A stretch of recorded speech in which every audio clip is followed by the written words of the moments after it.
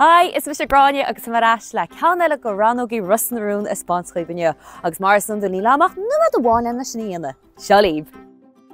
Inniu tá muid a Rannóg Smideadh agus tá an chola eisiú a teo rih agus bharcanna mar sin tá anna wahang an seomar seo agus cholaganna a bhí a gabhadam. Hi Roseanne. Hi Grania. Bíon ar na cúntaí Smideadh na scriptan ar fád a léamh le fád amach cinn ar cuma bhéisaring. Mar ní han cuma céanna bhéisaring ar rarc agus mu a gaiidí maithas an leabar maidin agus ar rarc agus mu a go le béilí nádaí. Bíonn siad a bhail cuasaí grúige an seo freisin sa Rannóg Smideadh agus bíon orthú siad na grúige éagsúlaíonna a brathacha tá tastal sa scriptanna. Agus chomála sin bíon ar grúig agus fíosach na heisiúirí a bhara le duna cinnta go meallann siad díreach mar chéile is a bheanna siad san episód ribh.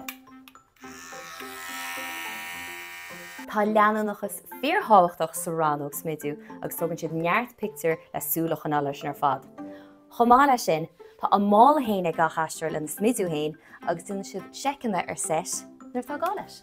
Is alíntóirí den scohiad an seo sa Rannóg Smideadh agus tá sin ríthallar nar a eicnad gartú nó geara ar na charactar i Ros narún. Tugann se go leor ama agus ní jab é sca. So sin léirú ionach scipaí ar an Rannóg Smideadh. Tá súla go bhar as rís go le Ranno eile. San go bhfuil.